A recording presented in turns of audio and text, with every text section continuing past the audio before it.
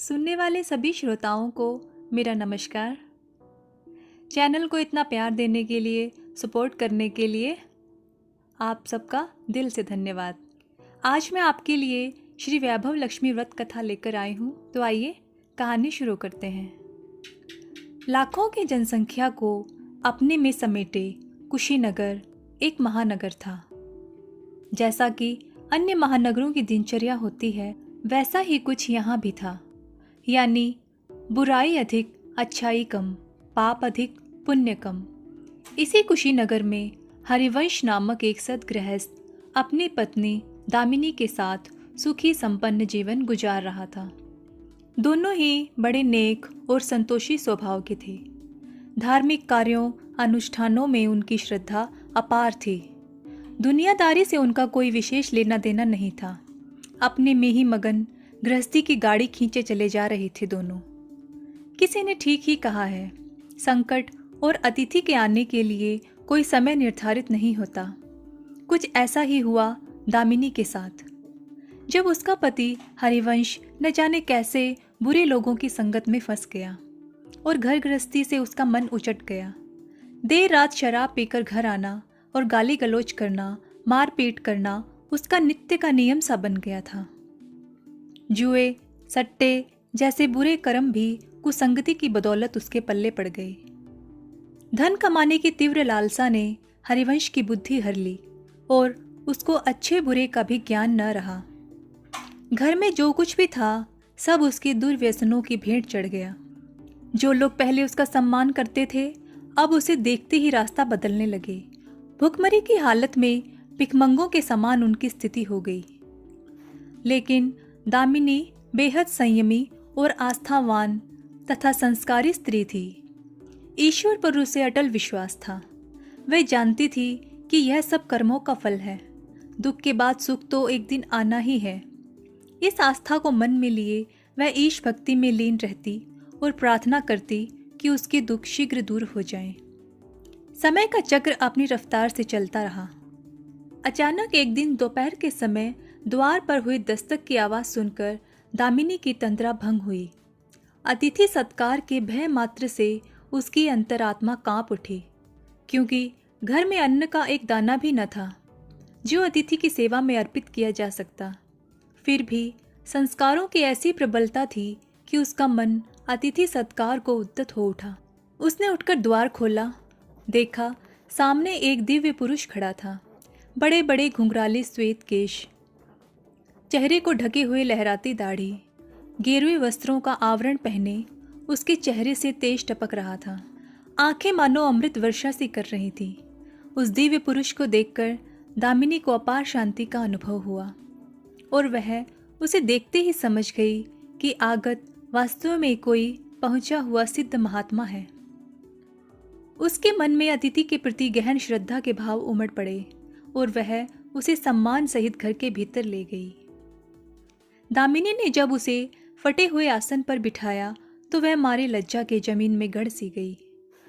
उधर वह संत पुरुष दामिनी की ओर एकटक निहारे जा रहा था। घर में जो कुछ भी बचा खुचा था दामिनी ने अतिथि की सेवा में अर्पित कर दिया, पर उसने इस बात पर कोई ध्यान नहीं दिया। वह तो बस दामिनी को यूं निहारे जा रहा था मानो उसे कुछ याद दिलाने की चेष्टा कर रहा हो। जब काफ़ी देर तक दामिनी कुछ न बोली तो उसने कहा, बेटी, मुझे पहचाना नहीं क्या?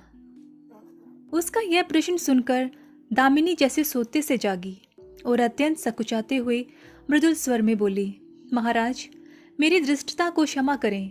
आप जैसे दिव्य पुरुष को मैं पहचान कर भी न पहचान पा रही हूँ। पारिवारिक कष्टों ने तो जैसे मेरे सोचने समझने की शक्ति ही छीन ली है। लेकिन यह निश्चित है कि इस संकट की घड़ी में मुझे आप जैसे साधु पुरुष का ही सहारा है। तभी दामिनी को जैसे कुछ याद हो आया।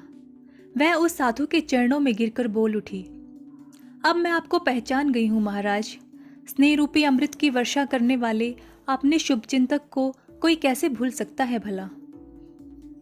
वास्तव में वह साधु मंदिर की राह के मध्य बनी अपनी कुटिया के बाहर वट वृक्ष के नीचे बैठ साधना किया करता था और मंदिर आने जाने वाले सभी श्रद्धालु उसे प्रणाम करके स्वयं को कृतार्थ अनुभव करते थे। दामिनी भी उन्हीं में से एक थी। जब पिछले काफी दिनों से उसने उसे मंदिर में नहीं देखा तो उसकी कुशल क्षेम जानने के लिए पूछताछ करते हुए उसके घर की ओर आ निकला। दामिनी अभी अपनी सोच में ही डूबी हुई थी कि साधु महाराज ने मौन भंग किया। क्या कारण है पुत्री, तू आजकल मंदिर नहीं आती? तुझे जो कुछ भी कष्ट है मुझे पता, शायद मैं तेरी कुछ सहायता कर सकूं। व्यक्ति दुखों के बोझ तले दबा हो तो ऐसे में सहानुभूति के दो बोल ही काफी होते हैं। दामिनी भी खुद पर संयम न रख पाई और बिलख कर रोने लगी।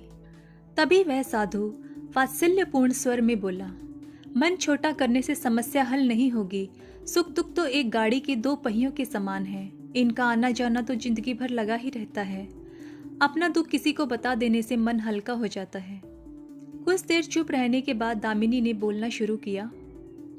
महाराज, सर्व सुखों से भरपूर था मेरा घर, कण कण में खुशियां थी, पति भी नेक और ईमानदार थे। सादा जीवन, उच्च विचार की आधारशिला पर टिकी थी हमारी गृहस्थी। रुपए पैसे की कोई कमी न थी। सुबह शाम घर में ईश वंदना होती थी। लेकिन अचानक न जाने किसकी नजर लग गई। हमारा भाग्य हमसे रूठ गया। मेरे पति कुसंगति में फंसकर अपना सब कुछ गंवा बैठे। अब तो ऐसा लगता है जैसे साया भी साथ छोड़कर जाने को तैयार बैठा है। भिखारियों से भी बदतर स्थिति हो गई है हमारी। दामिनी की करुण व्यथा सुनकर साधु का हृदय हाहाकार कर उठा।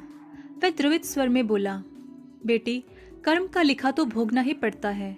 तुम्हारे कष्टों का भी कर्मों से नाता है, लेकिन तुम चिंता न करो, सब कुछ पहले जैसा हो जाएगा। दुख के बाद ही सुख आता है। दुख सहे बिना सुख की सच्ची अनुभूति हो ही नहीं सकती। तुम माँ लक्ष्मी के प्रति श्रद्धा रखो। सबका उद्धार करने वाली प्रेम का छलकता सागर है माँ लक्ष्मी। अपने भक्तों पर सदैव उनकी कृपा दृष्टि रहती है। तुम संपूर्ण आस्था के साथ माँ वैभव लक्ष्मी का व्रत करना शुरू करो। तुम्हारी साधना अवश्य रंग लाएगी। दामिनी एक संस्कारी स्त्री थी। धर्म कर्म में उसकी अगाध आस्था थी। माँ वैभव लक्ष्मी के व्रत की बात सुनकर उसका चेहरा दमक उठा। बोली, महाराज, यदि इस व्रत को करने से मेरे परिवार पर आई विपदा टल सकती है तो मैं इसे जरूर करूंगी। आप मुझे बताएं कि इस व्रत को कब और कैसे किया जाता है। साधु महाराज दामिनी की भक्ति भावना को देखकर प्रसन्न हुए। बोले, बेटी, सारे जगत का कल्याण करने वाली माँ वैभव लक्ष्मी के व्रत की विधि मैं तुम्हें बताता हूँ। प्रत्येक शुक्रवार को यह व्रत किया जाता है। सर्वप्रथम जितने शुक्रवार को यह व्रत करना हो उसका संकल्प लेकर माँ वैभव लक्ष्मी को मन ही मन प्रणाम करें। स्नान आदि से निवृत्त हो स्वच्छ धवल वस्त्र पहनकर पूर्व दिशा की ओर मुंह करके आसन पर बैठें। सामने एक चौकी पर चावल की एक ढेरी लगाकर उस पर पानी से भरा कलश स्थापित करें जो तांबे का होना चाहिए। कलश को कटोरी से ढक दें और उस कटोरी में कोई स्वर्णाभूषण रखें। सोना न हो तो चांदी का आभूषण रखें। वह भी पास न हो तो रुपए का सिक्का भी काम दे सकता है। शुद्ध घी का दीपक तथा अगरबत्ती जलाएं और मन ही मन पूर्ण श्रद्धा के साथ माँ वैभव लक्ष्मी का जाप करते रहें। कटोरी में रखे गहने या रुपए पर हल्दी, कुमकुम तथा अक्षत अर्पित करें। कोई भी मिष्ठान प्रसाद स्वरूप में बांटें। संभव न हो पाए तो गुड़ या शक्कर से भी काम चल सकता है। फिर श्रद्धा पूर्वक माँ की आरती करके 14 बार प्रेम सहित बोलें, जय माँ वैभव लक्ष्मी। माँ वैभव लक्ष्मी मेरी मनोकामना पूर्ण करें, ऐसा संकल्प लेकर सच्चे मन से माँ को विनती करें। प्रसाद बांटें और स्वयं भी ग्रहण करें। दिन में एक बार सात्विक भोजन करें। यदि संभव हो तो उपवास रखें। पूजा में रखा गहना या रुपया लाल कपड़े में लपेटकर सुरक्षित रख लें। यह आगे आने वाले शुक्रवारों को पूजा में काम आएगा। कलश में भरा जल तुलसी के पौधे को समर्पित कर दें तथा अक्षत पक्षियों को आहार स्वरूप डालें। इस विधि से व्रत करने वालों को शीघ्र फल मिलता है। साधु महाराज के मुखारविंद से यह वृतांत सुनकर दामिनी पुलकित हो उठी। उसने माँ वैभव लक्ष्मी के 21 व्रत आते शुक्रवार से शुरू करने का संकल्प लेकर साधु महाराज को आदर सहित विदा किया और मन ही मन माँ वैभव लक्ष्मी का स्तुति गान करने लगी। 2 दिन बाद ही शुक्रवार आ गया। उससे पहली रात दुखों से भरी दामिनी ठीक से सो भी न सकी। माँ वैभव लक्ष्मी के व्रत करने से उसकी समस्याओं का अंत हो जाएगा, यह सोचकर वह मुंह अंधेरे ही उठ बैठी और स्नान आदि कर स्वच्छ वस्त्र धारण किए। महाराज की बताई विधि अनुसार पूजा करने लगी, लेकिन जब स्वर्णाभूषण रखने की बात आई तो धर्म संकट में पड़ गई। सारे गहने पति के दुर्व्यसनों की भेंट चढ़ चुके थे। विवाहिता स्त्री थी, सो मंगलसूत्र भी न उतार सकी और कोई गहना था नहीं।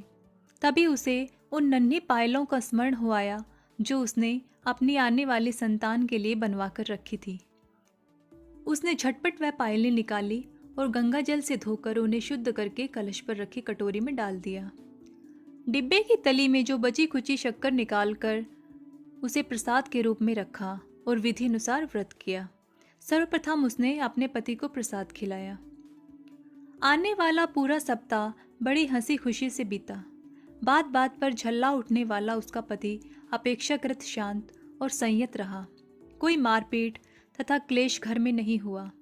इसे दामिनी ने माँ वैभव लक्ष्मी का चमत्कार समझा और मन ही मन उन्हें प्रणाम किया। माँ वैभव लक्ष्मी के प्रति उसकी आस्था और भी बलवती हो गई। इसी प्रकार दामिनी ने 20 शुक्रवार के व्रत पूरे कर दिए। इस बीच कई परिवर्तन हुए।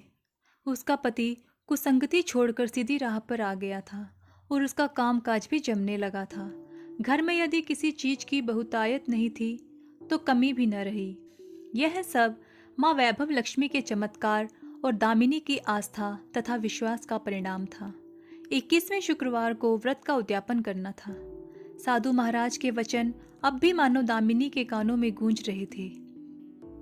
उनकी बताई विधि के अनुसार ही दामिनी ने उद्यापन किया। 7 कुंवारी कन्याओं को भोजन कराकर दक्षिणा दी। आसपास की सौभाग्यवती स्त्रियों में प्रसाद बांटा और कहा, आपकी महिमा निराली है माँ।